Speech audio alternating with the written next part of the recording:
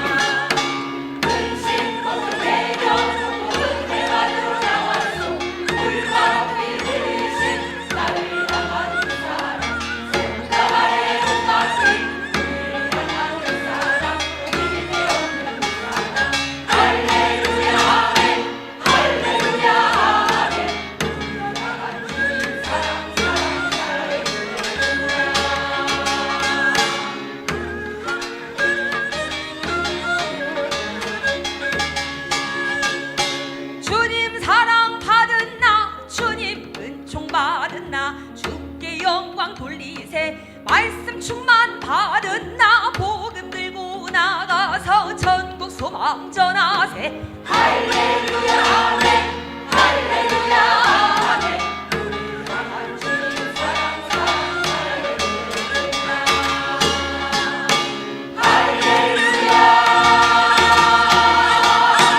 할렐루야 할렐루야. 우리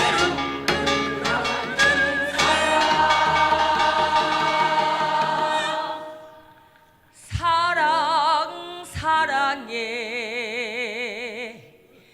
은혜로구나. 원래 10월 셋째 주에 우리 교회에서 종교개혁지 성주순례를 가기로 광고했고 또 여러분이 모집에 응해서 준비가 되고 있었어요. 그런데 이란 전쟁이 터져서 유류가 올라가는 바람에 유가가 98만 원씩을 더 내라는 거예요. 근데 그게 단순히 98만 원이 아니라 원래 500만 원 정도를 내고 그게 또 내니까 가시는 분들이 주로 연세가 드신 분들인데 감당이 안 되는 거예요. 거기에다가 자녀분들이 전쟁의 난리통에 어딜 가시느냐. 그래서 아무래도 덕이 안 될 것 같아서 기도하다가 다음 해로, 전쟁이 곧 끝날 줄 알고 다음 해로 기도 분량을 채우고 가자. 그래서 여행을 연기했어요. 그러니까 올해 못 가시게 됐던 분들도 1년 동안 준비해서 함께 가면 좋겠다. 담임 목사가 인솔에서 가서 직접 설명하는 성지순례 코스 여러 차례 교회에서 진행이 되는데 굉장히 은혜롭고 좋으니까 함께 갔으면 좋겠다 생각이 들어요. 왜 이런 말씀 드리는가 하면 사람은 여행을 같이 해보면 그 인품과 그 사람됨을 알 수 있다고 합니다. 여행을 계획하는 단계, 우리가 어디로 가자 해서 여행을 계획하기 위해서 모여보고 계획하고 준비하는 단계, 그리고 이제 당일이 되어서 출발해서 같이 여행하는 동안에, 여행은요 짧든 긴 여행이든 여행 기간 동안에 작고 큰 상황을 만나게 돼요. 그렇게 상황을 만나게 되었을 때 위기 대처하는 능력, 그 다음에 자신의 의견을 표현하고 다른 사람의 생각이나 주장을 경청하고 수용하고 반응하는 태도와 자세, 이런 여러 가지 일들, 그것을 여행 기간 동안 여과 없이 볼 수 있게 되는 거예요. 그 과정을 통해서 그 사람의 품, 넓이, 격, 깊이, 품격을 자연스럽게 알 수 있게 되기 때문에 그런 말이 나온 것 같아요. 재미있는 것은 성경 속에 인생 나그네 여행길 가는 동안에 여러 가지 문제를 만났을 때 그 문제 앞에서 나타내는 사람들의 됨됨이를 성경은 숨기지 않고 여러 가지로 표현해주고 있다는 사실이에요. 여러분이 그냥 읽을 때는 흰색은 종이, 검정것은 글씨였는지 모르지만 성경에 나타난 인생 여정에서 상황과 사건, 문제 앞에서 드러난 사람들의 반응을 현대적인 용어로 변환해서 리얼하게 표현해 드리면, 너무 리얼해서 좀 그래요. 양해해 주시기를 바라면서 표현할게요. 첫째는 따라합시다. 악질. 아주 악질 인간이 있어요. 이 악질은요, 없는 문제를 만들어서 상대를 괴롭히고 끌어내리고 죽이려고 하는 주동자 역할을 하는 사람들이에요. 성경에 그런 사람들이 있어요. 악질이에요. 그래서 악인들이라고 설명해요.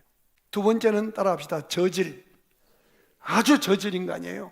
이 인간들은요, 작은 문제를 수십 배로 침소봉대해서 확대시켜서 그것에다가 자기의 느낌이나 자기의 생각이나 감정을 사실인 것처럼 포장해서 막 부풀려서 말하는. 예를 들면 이스라엘 백성들이 가나안 땅을 정탐했어요. 가나안 땅에 들어갔더니 기골이 장대한 원주민들이 살고 있어요. 그러니까 그런 사람을 보고 뭐라고 저질 행동을 하는가 하면, 열 정탐꾼이 그들과 우리를 비교할 때 우리는 뭐가 같다? 메뚜기 같다. 이렇게 저질스러운 표현을 해서 이스라엘 온 백성들이 통곡하게 만들었던 그런 인간을 말해요. 요만한 문제인데 막 큰일 났다, 이제 끝났다. 막. 부부지간에도 저질이 있어요. 누구네 집에나 다 있는 일이에요. 우리 부부만 싸우는 거 아니에요. 세상에 싸우지 않는 부부는요 없어요. 누가 얘기하는데 공동묘지에 있는 부부도 싸우더래. 이제 새로 오는 신입생이 이제 남자분이 이렇게 행여가 오는 거예요. 그러니까 할머니 할아버지가 누워 계시다가 이제 할아버지가 이렇게 헐떡 본 거예요. 그러니까 그 여자 시체가 온단 말이에요. 그러니까 할머니가 여기 와서도 바람 피려고 그러냐고 싸운다는 거예요. 다 지지고 볶고 살아요. 그런데 조금만 부딪히면 이혼하자는 거예요. 침소봉대하는 거예요. 못 살겠다. 저질이에요, 저질. 그 다음에는 재판장 노릇하는 참소자가 있어요. 사실이 있어요. 있는 사실을 자기가 재판장 노릇해서 판단하고 그것을 근거로 고발하고 정죄하는 거예요. 없는 사실이 아니에요. 있는 사실을 완전히 자기가 재판장 노릇해서 참소, 공격하는 거예요. 말은 맞아요. 근데 이런 사람은요 생명력이 메말라 있어요. 이런 사람은요 동물적 감각이 있어요. 다른 사람의 잘못과 다른 사람의 허물을 찾아내고 판단하는데 아주 민족적 사명을 띄었거나 아니면 아주 동물적 감각이 있어서 대단해요. 정확해요. 그런데 그 사람 주변에는 사람이 없어요. 왜요? 생명력이 없기 때문이에요. 그 다음에 온유한 사람이 있어요. 어떤 사람이 어떤 문제를 만났을 때 가만히 덮어줘요. 그리고 문제 때문에 사람을 잃지 않으려고 초점을 맞춰요. 그래서 이런 온유한 사람 주변에는 참 좋은 사람들이 늘 붙어 있어요. 그 다음에 생명의 사람이 있어요. 어떻게든 사람에게 용기를 주고 생명을 불어넣고 세우는 사람이에요. 그래서 그 사람을 만나고 나면 용기가 생겨요. 그 사람을 만나고 나면 다시 해봐야 되겠다고 일어설 수 있는 힘이 나요. 이게 생명의 사람이에요. 마지막에 축복의 사람이 있어요. 만나는 사람들을 마음과 뜻을 다해서 축복해요. 힘내, 내가 기도할게. 축복하는 사람이에요. 오늘 본문에 바로 그런 축복의 사람이 소개됩니다. 그 이름이 따라합시다. 여호수아라고 하는 사람이에요. 430년 동안 긴 세월 애굽에서 종살이하던 자기 민족을 해방시켜서 약속의 땅 가나안을 향해서 크고 두려운 광야길을 이끌어오던 일대 지도자 모세가 가나안 약속의 땅이 눈앞에 보이는 요단강 건너편에 느보산이라는 산으로 하나님의 부름을 받고 올라갔더니 하나님이 충격적인 선언을 하시는 거예요. 모세야, 너 40년 동안 이 백성을 잘 이끌어왔지만 이제 약속의 땅이 내 눈앞에 보이지만 미안하다. 너는 여기서 인생을 접어야 되겠다. 아직 시력이 쇠하지 않았고 기력도 쇠하지 않았는데 갑자기 죽어야 한다는 거예요. 얼마나 억울하고 답답해요. 우리 같으면 하나님 앞에 시험 들만 해요. 그런데 이 모세가 순종합니다. 백성들을 모아놓고 마지막 유언 설교 3편을 통해서 백성들과 후손들을 축복합니다. 이것이 신명기고요. 신명기 내용은 한마디로 죽어가면서도 축복하고 떠나는 모세의 유언적 설교 내용이에요. 한번 따라 하실까요? 죽어가면서도 축복하고 떠나는 멋진 뒷모습. 저와 여러분이 40년 동안 쓰임받다가 마지막에 보상받지 못하고 중간에 해고당해서 내침을 받는다면 어떻겠어요? 40년 동안 쓰임받은 건 다 어디로 가고 한 번 버림받은 듯한 거절감 때문에 뭐 난리를 치고 복수하고 그렇게 길길이 날뛸 수 있을 거예요. 그런데 모세는 죽어가면서도 축복하고 떠난 사람이에요. 그 모세의 부관이었던 여호수아라고 하는 사람이 자기 선임자를 통하여 그 멋진 믿음의 모습을 개성하고 본받습니다. 그래서 2대 지도자가 된 여호수아가 이스라엘 백성들을 이끌고 약속의 땅 가나안을 정복 전쟁을 합니다. 33번의 전쟁을 통해서 가나안 땅을 정복하고 정복한 땅을 백성들에게 12지파에게 분배합니다. 그리고 이제 분배 다 거의 마치고 나니 그 젊었던 여호수아도 나이가 많아 늙게 된 거예요. 1절 같이 보십시다. 시작. 여호와께서 주위의 모든 원수들로부터 이스라엘을 쉬게 하신 지 오랜 후에 여호수아가 나이 많아 늙었어요. 그래서 나이 많아 늙은 여호수아가 무슨 일을 하는가 하면 모세처럼 백성들을 모아놓고 마지막으로 축복하는 내용이 오늘 여호수아서 23장의 내용이에요. 여호와께서 이게 1절 다시 한번 보시면서 어떤 표현이 마음에 드는지 한번 찾아보실까요? 시작. 여호와께서 주위의 모든 원수들로부터 이스라엘을 뭐한지 쉬게 하신 지 오랜 후에 여호수아가 나이 많아 늙은지라. 두 가지 표현이 나오는데 첫째는 하나님께서 이스라엘을 대적 모든 원수들로부터 쉬게 해주셨다. 33번의 가나안 정복 전쟁을 치르는 동안에 얼마나 두렵고 무섭고 긴장된 순간이 많았겠어요. 그런데 그때마다 누가 쉼을 주셨다고요? 하나님이. 여호수아가 쉼을 얻은 것은 군사력이나 전략이나 전술이 아니라 여호와께서 쉼을 주셨다는 거예요. 사실 가나안 정복 전쟁은요, 인간적으로는 불가능한 싸움이었습니다. 여리고 성, 난공불락의 요새, 가나안 성에 살고 있는 기골이 장대한 원주민들, 그리고 연합한 연합군들. 그런데 그때마다 하나님이 싸워주셔서 승리할 수 있게 하셨고 하나님이 안식을 주셨다는 거예요. 우리 인생도 마찬가지입니다. 오늘까지 우리가 생명이 살아 숨쉬고 있는 것, 예배당에 나와 앉아 있는 것, 가정의 평안, 교회의 안정, 사업의 유지, 일용할 양식이 있는 것, 이 모든 것들이 하나님의 은혜입니다. 이런 맥락에서 크리스찬은요, 뭔가를 이룬 다음에 내가 이루었다라고 자기를 드러내는 사람이 아니라 하나님이, 나의 하나님이 여기까지 인도하셨다라고 고백하는 사람들입니다. 아멘. 본문 3절 같이 보실까요? 시작. 너희 하나님 여호와께서 너희를 위하여 이 모든 나라에 행하신 일을 너희가 다 보았거니와, 또 반복합니다. 너희 하나님 여호와 그는 너희를 위하여 싸우신 이시니라. 1절에서 여호수아 나이 많아 늙었다고 표현해요. 무슨 뜻이에요? 내가 이 나이 되도록 인생을 살아보니 내가 결정하고 내가 이끌어온 줄 알았는데 누가 있었다? 나의 하나님, 그분이 생명 주셨고 그분이 나를 여기까지 인도하셨고 내게 그 전쟁의 난리통에도 평안을 주셨다.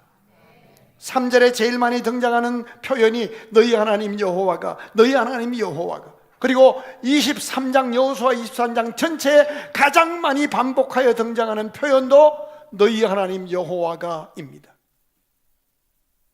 여기까지 인도하신 분은 하나님이십니다. 여호수아가 나이 많아 늙어서 죽음의 길을 가면서 후손들을 모아놓고 신앙의 후배들을 모아놓고 한 첫 번째 일성은 하나님이 여기까지 인도하셨다. 잠언서 16장 9절 같이 보실까요? 시작. 사람이 마음으로 자기의 길을 계획할지라도 그의 걸음을 인도하시는 이는 누구시니라? 여호와시니라. 한 절 더 볼까요? 16장 1절입니다. 크게 읽어요. 시작. 마음의 경영은 사람에게 있어도 말의 응답은 여호와께로부터 나오느니라. 우리가 계획하고 구상하고 어떤 사업을 시작하지만 하나님이 응답하신다는 겁니다. 우리도 언젠가 이 도시를 떠나게 되는 그날이 올 겁니다.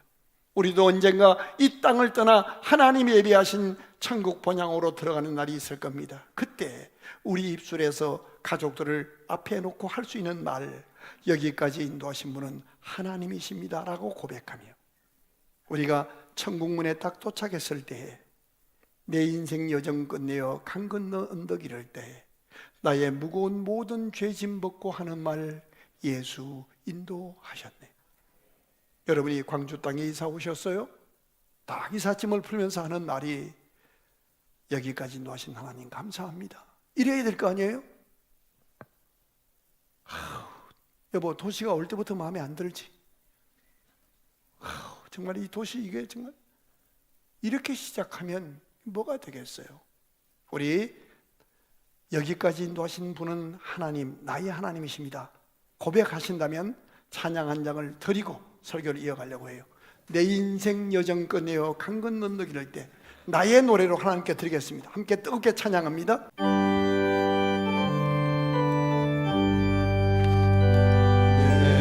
인생 여정 끝내어 강 건너 언덕 이를 때 강 건너 언덕 이를 때 하늘 문 향해 말하리 하늘 문 향해 말하리 예수 인도하셨네. 아멘. 매일 발걸음마다 매일 발걸음마다 예수 인도하셨네. 나의 무거운 죄짐을 모두 벗고 하는 말 예수 인도하셨네. 빨리 합니다. 이마 가시밭길 인생을 가시밭길 인생을 더덕이면서 갈 때에 시험과 환난 많으나 예수 인도하셨네. 매일 발걸음마다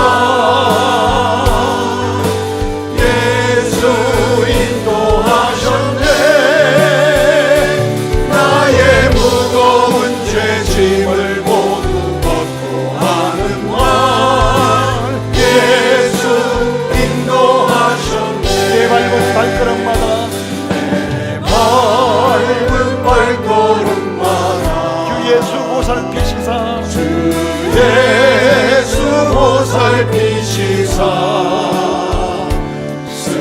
승리의 개가 부르며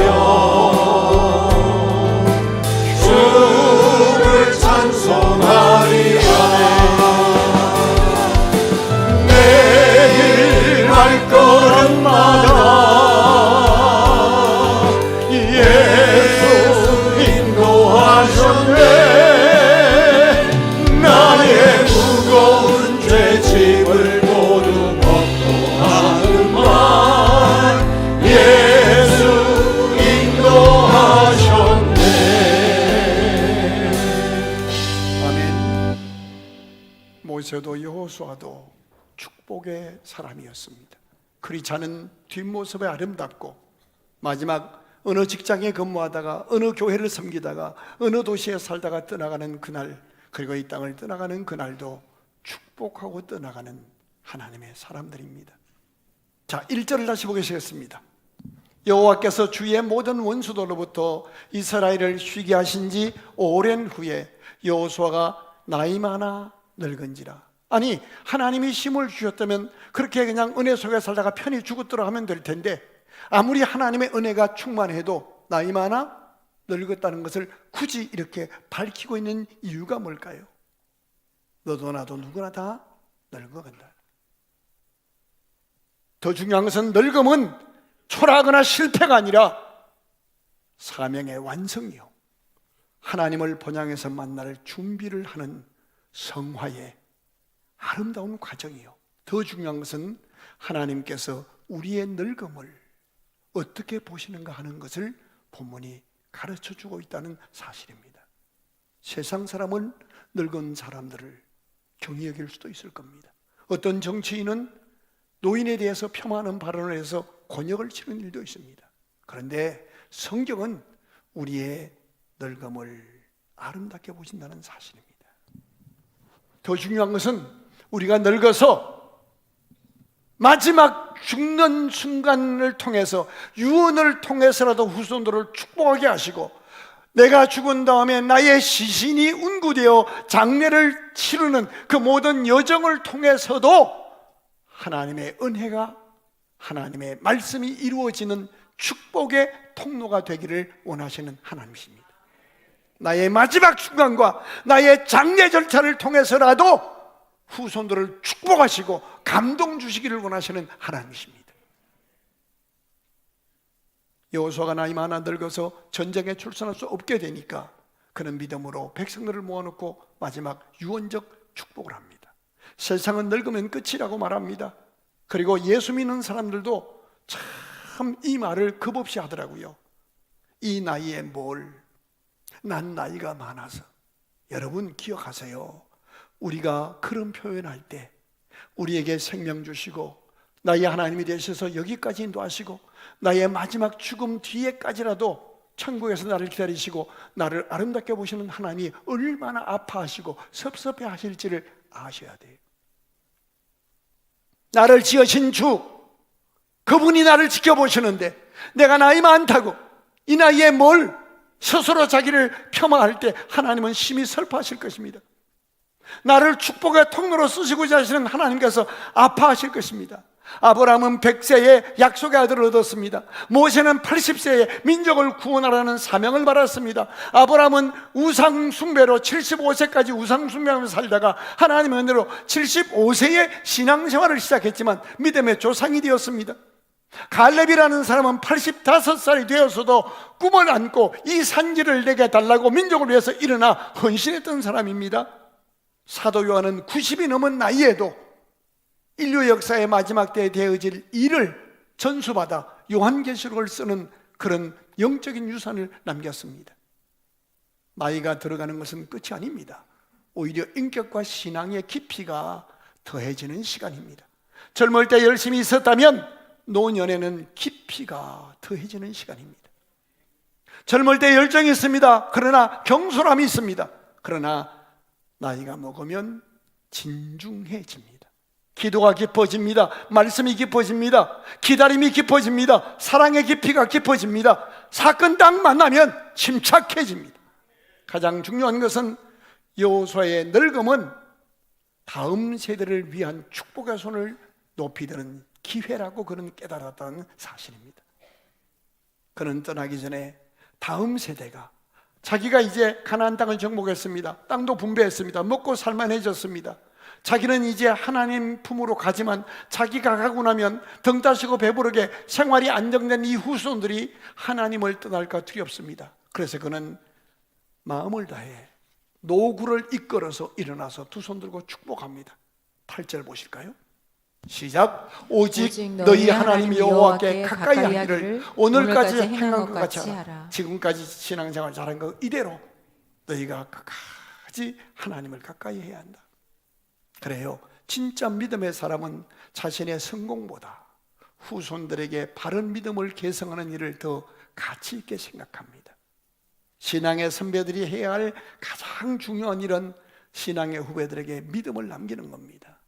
사건 만났을 때 기도하는 모습을 남기고요, 거룩한 눈물을 남기고요, 예배를 어떻게 드리는지를 남기고요, 말씀을 남기고요, 섬긴 아름다운 신앙의 흔적을 남겨야 합니다. 본문에 굳이 여호수아가 나이 많아 늙었음을 드러내는 것은 너나 나나 누구나 다 늙어가니 그것 때문에 기죽거나 쇠약해지지 말라는 겁니다. 왜요? 여호수아의 생애를 통해서 하나님은 젊은 날만 여호수아를 쓴 것이 아니라 마지막 순간까지 그를 끝까지 붙잡고 축복의 통로로 쓰시는 하나님을 보여주고 계신 겁니다. 이 은혜를 깨달은 우리 크리스찬들도 따라합시다. 내 육체는 늙어갈지라도 내 인격과 내 속사람은 더욱 깊어지리라. 아멘. 세상의 온갖 부귀영화를 다 누려보았던 솔로몬 왕이 이렇게 고백합니다. 잠언서 16장 31절 같이 읽겠습니다. 시작. 백발은 영화의 면류가 아니라 공의로운 길에서 얻으리라. 이 말씀은 단순히 나이가 많은 백발을 칭찬하는 표현이 아닙니다. 성경은 늙음 자체보다 어떤 삶을 살아서 백발이 됐냐를 중요하게 봅니다. 뒤에 뭐라고 쓰여 있어요? 공의로운 길에서. 다시 말하면 하나님 앞에서 믿음을 지키며 살아온 삶의 흔적이 백발이 된 것은 영화의 면류관이라고 약속해요. 백발은요, 세월의 흔적입니다. 백발은 하루아침에 생긴 것이 아니에요. 수많은 시간, 눈물, 기도, 인내, 억울함, 답답함 다 겪어가면서도 믿음을 지키고 자기 자리를 지킨 면류관을 말합니다. 레위기 19장 32절을 읽겠습니다. 시작. 너는 센 머리 앞에서 일어서고 노인의 얼굴을 뭐하며? 공경하며 내 하나님을 경외하라. 나는 여호와이니. 하나님을 섬기는 것, 교회 잘 섬기는 것보다 먼저 머리가 하얗게 센 어른들 만나면 그 앞에 일어서라는 거예요. 노인의 얼굴을 보면서 공경하라는 거예요. 여러분, 너는 센 머리 앞에 일어서고 노인의 얼굴을 공경하며, 하나님은 신앙의 선배들을 귀히 여기라고 말씀하십니다. 왜냐하면 그분들의 삶은 세월 속에 증명된 믿음이 있기 때문입니다. 세상은 젊음을 가치 있게 여기지만 성경은 거룩하게 늙어가는 노년의 삶을 아름답다라고 선언합니다. 믿음 안에서의 노년은 쇠퇴가 아닙니다. 완성되어가는 과정입니다. 중요한 것은 공의로운 길입니다. 단순히 나이 많이 먹었다고 멸류관이라고 하지 않아요. 공의로운 길에서 얻으리라. 하나님을 경외하며 말씀 붙들고 끝까지 믿음을 지킨, 자기 자리를 지킨 삶이어야 멸류관이 있다는 겁니다. 하나님은 믿음으로 살아온 우리의 지난 세월을 귀하게 보십니다. 이 본문의 시각을 우리 교회 속으로 돌려서 보면 우리 복된 이웃교회 안에 신앙의 어른들은 매우 귀하신, 하나님이 얼마나 보배롭게 여기는 존귀한 분들인지를 알아야 한다는 것입니다. 평생을 눈물로 기도한 원사님, 묵묵히 교회를 지켜온 장로님, 이름 없이 헌신한 성도들, 그분들의 백발은 단순한 나이가 아니라 기도의 역사요, 헌신의 흔적이요, 사랑의 멸류관입니다. 젊은 세대들은 선대의 그리고 선배의 신앙의 흔적과 발자취를 귀히 여기며 존중해야 합니다. 왜냐하면 오늘 우리의 신앙이 그 믿음의 선배들의 눈물 위에 세워져 있기 때문입니다. 2절 같이 보십시다. 2절입니다. 시작. 여호수아가 온 이스라엘 곧 그들의 장로들과 수령들과 재판장들과 관리들을 불러다가 그들에게 이르되 나는 나이가 많아 늙었도다. 나 이제 내가 이 나이가 되도록 살아보니 하고 나서 3절에 무슨 단어를 집중하고 있나요? 너희 하나님 여호와께서, 그리고 노란 글씨에 보면 또 너희 하나님 여호와께서 너희와 함께 하시고 너희를 위해 싸우셨다라고 말씀하셔요. 여러분, 우리가 남길 수 있는 것, 인생 내가 사는 것 같지만 아닙니다. 생명의 주여 만주의 주 되신 하나님이 우리의 하나님이 되시고 여기까지 인도하셨습니다. 아멘. 뿐만 아닙니다. 4절에 보면 이렇게 말합니다. 너희의 지파에게 기업이 되게 하셨다. 다른 말로 우리 현대어로 번역하면 우리 각자가 오늘 먹고 살 수 있도록, 작고 큰 것 상관없이 오늘 우리가 일용할 양식이 있고 가정이 있고 섬길 교회가 있고 내 두 발 딛고 있는 내가 누리는 이 모든 것을 하나님이 은혜로 주셨다는 거예요. 그리고 나서 그가 이렇게 말합니다. 8절 같이 보실까요? 오직 너희 하나님 여호와께 가까이 하기를 지금까지 한 것처럼 잘 해달라. 그리고 아주 중요한 요원을 합니다. 5절입니다. 시작. 너희 하나님 여호와 그가 너희 앞에서 그들을 쫓아내사 너희 목전에서 그들을 떠나게 하시리니 너희 하나님 여호와께서 너희에게 말씀하신 대로 너희가 그 땅을 차지할 것이다. 무슨 뜻이에요? 지금 이것은요, 이 현장은요, 이 상황은 약속의 땅 가나안 땅에 들어왔습니다. 정복 전쟁에 이겼습니다. 땅을 분배했습니다. 먹고 살만해졌습니다. 안정되었습니다. 그럼 여쭤볼게요. 여러분 건강해지고 수술 잘 받고 사업 성공해서 한 50억 은행에 통장에 돈이 있으면 앞으로 평생에 문제가 없나요? 아닙니다. 하나님 앞에 갈 때까지 늘 문제가 있습니다. 누가 얘기하더라고요. 죽으면 문제 없을 거라고. 아니에요. 자기가 가봤대요, 공동묘지에. 그랬더니 죽어서도 문제가 있더랍니다. 할아버지 할머니가 같이 묻혀 있어요.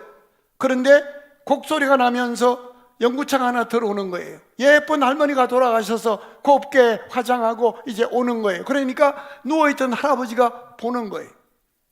그러니까 옆에 있던 할머니가 쿡 찌르면서 그 짓을 저 세상에 하더니 여기 와서도 그러냐, 나만 뭐라고 그러더라는 거예요. 일리 있다고 생각해요.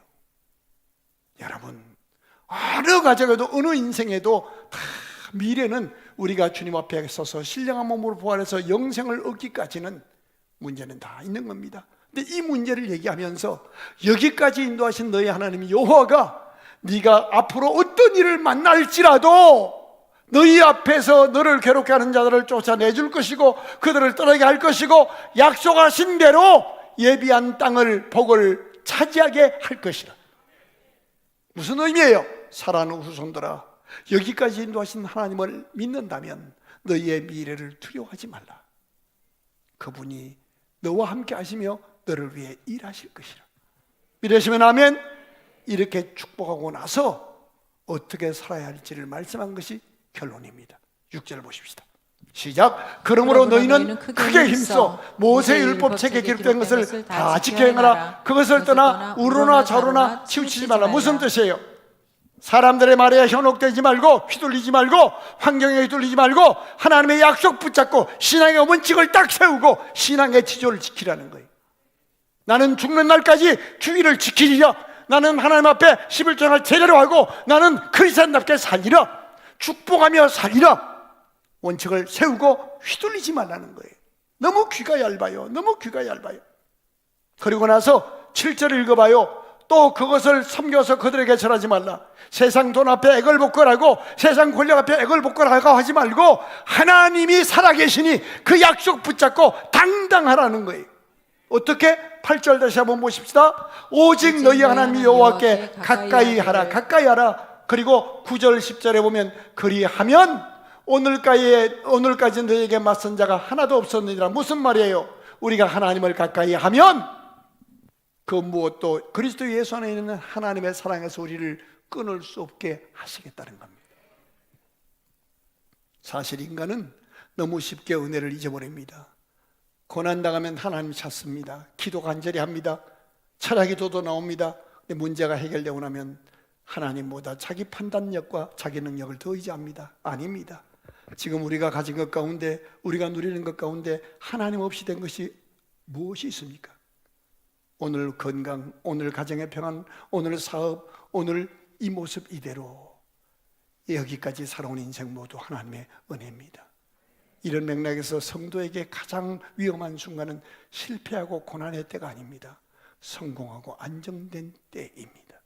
왜냐하면 성공은 하나님 없이도 살 수 있다는 착각을 만들어주기 때문입니다. 그러므로 늘 고백해야 합니다. 여기까지 인도하신 하나님, 쉼을 주신 하나님, 그리고 천국 도착할 때까지 내가 무슨 일을 만나도 주께서 나와 함께 하시고 이기게 하시리라. 아멘. 우리 모두는 늙어갈 것이고 여전히 감당해야 할 과제들이 있고 여전히 많은 사건과 상황이 우리에게 다가올 겁니다. 그러나 이런 문제들 앞에서 우리가 무엇 보고 살아야 할 것인가 하는 거예요. 사람이 아닙니다. 너희 하나님 여호와 그가, 너희 하나님 여호와께서 너희를 위하여, 그리고 더 중요한 것이 14절 결론입니다. 14절 읽겠습니다. 14절 말씀 시작. 보라 나는 오늘 온 세상이 가는 길로, 이제 여호수아가 죽게 됐다는 거예요. 가려니와 너희 하나님 여호와께서 너희에게 대하여 말씀하신 모든 선한 말씀이 하나도 틀리지 아니하고 다 너희에게 응하여 그 중에 하나도 어김이 없음을 너희 모든 사람은 마음과 뜻으로 아는 바라. 무슨 뜻이에요? 하나님의 말씀은 반드시 이루어지니 그 말씀 붙잡고 기죽지 말고 틈을 주지 말고 신앙의 지조를 잃지 말고 I'm Christian, 나는 예수 믿는 사람입니다, 나는 복된 이웃교회 집사입니다, 정확히 밝히고 당당하게 하나님 앞에 서서 그들의 부르는 신의 이름을 부르지 말라는 겁니다. 여러분, 전쟁보다 더 무서운 것은요, 신앙의 양보입니다. 전쟁보다 더 무서운 것은 타협입니다. 사단은 한 번에 우리를 무너뜨리지 않습니다. 이 정도는 괜찮겠지, 다 그렇게 사는데 나만 유별나게 그렇게 할 필요가 있나? 아니에요. 작은 양보 하나가 결국 큰 댐을 무너뜨립니다. 성공하는 거 좋습니다. 하지만 성공할수록 하나님을 가까이 하십시오. 여호수아는 외칩니다. 오직 너희 하나님 여호와를 가까이 하라. 살아있는 모든 믿음, 복된 신앙은 가까이 하는 겁니다. 누구와 가까이 지내고 무엇을 가까이 하십니까? 하나님 가까이 있으면 살고 멀어지면 무너집니다. 예배 가까이 하면 살아납니다. 영혼이 살아납니다. 예배 설금설금 빠지기 시작하면 영혼이 시듭니다. 아닙니다. 제일 중요한 것이 있습니다. 여호수아는 지금 나이 많아 죽음의 길을 가기 전에 축복하고 있는 겁니다. 우리에게 이렇게 말씀합니다. 너도 모세처럼 여호수아처럼 끝까지 믿음 지키고 백발이 상성해도 기죽지 말고 멸류관인 줄 알고 마지막 순간까지 믿음 지키며 축복하는 모습으로 살아다오. 하나님의 약속은 반드시 이루어질 것이니. 그렇습니다. 하나님은 약속을 잊지 않으십니다. 사람은 잊어도 하나님은 우리를 잊지 않으십니다. 우리의 눈물의 기도도 기억하시고 우리의 한숨도 기억하시고 우리의 섬김도 기억하십니다. 하나님 우리에게 묻고 계십니다. 살아나더라 딸아, 너 끝까지 여호수아처럼 모세처럼 믿음 지키고 끝까지 축복하는 사람으로 짧은 인생 살겠니? 이제 설교를 마무리하면서 정말 끝까지 믿음을 지키고 축복하여 그 뒷모습이 수천 년이 지나가도록 하나님과 사람에게 인정받은 한 사람을 소개하면서 설교를 마치려고 합니다. 야곱이라는 사람입니다. 그는 평생을 하나님이 이용해 먹고 교회 이용해 먹고 부모 이용해 먹으며 자기 욕심을 따라 살던 사람이었습니다. 그런데 그가 하나님의 포기하지 않는 사랑 가운데 다듬어집니다. 그리고 어느 날 그가 죽음의 날을 맞이합니다. 히브리서 11장 21절 같이 읽습니다. 시작. 믿음으로 야곱은 죽을 때에 요셉의 아들에게 뭐하고? 축복하고 손주 이름까지 불러가며 축복합니다. 그리고 자기 힘이 없으니까 지팡이 잡고 일어나서 하나님께 예배합니다. 복된 이웃교회 출석하는 성도 여러분, 이 방송 듣는 애청자 여러분, 짧은 인생길입니다. 축복하는 사람으로 사십시다. 하나님을 가까이 하십시다. 예배로 사시고 어떤 현장에서도 축복하는 이 아름다움을 빼앗기지 마시고 축복하며 사셔서 우리가 축복한 대로 하나님이 그들에게 복 주심을 보고 남 모르는 기쁨 속에 노래하며 사는 그런 삶을 살다가 주님 오라 하는 그날도 예배하고 축복하고 떠나가는 믿음의 승리자가 되시기를 주의 이름으로 축원합니다. 이 본문을 읽다가 어떤 분이 찬양을 하나 만들었어요. 그 곡이 내 주를 가까이 하게 하면 십자가 짐 같은 고생이나 야곱이 잠깨어 일어나 돌단을 쌓은 것 본받아서 숨질 때 되도록 늘 찬송하면서 주께 드러나기 원합니다라는 곡입니다.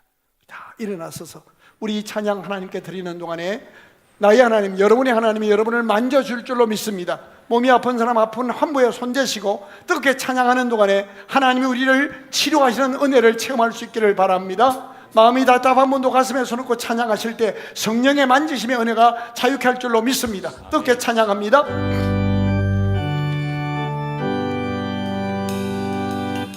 내 주를 가까이 하게 하는 십자가 짐 같은 고생이나 내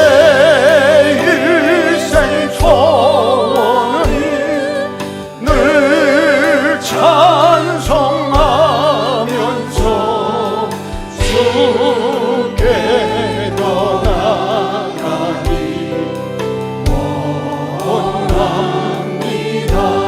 내 고생하는 것, 내 고생하는 것, 야곱이 돌베개 베고 잠났습니다. 돌베개 베고 잠갔으니라. 꿈에도 소원이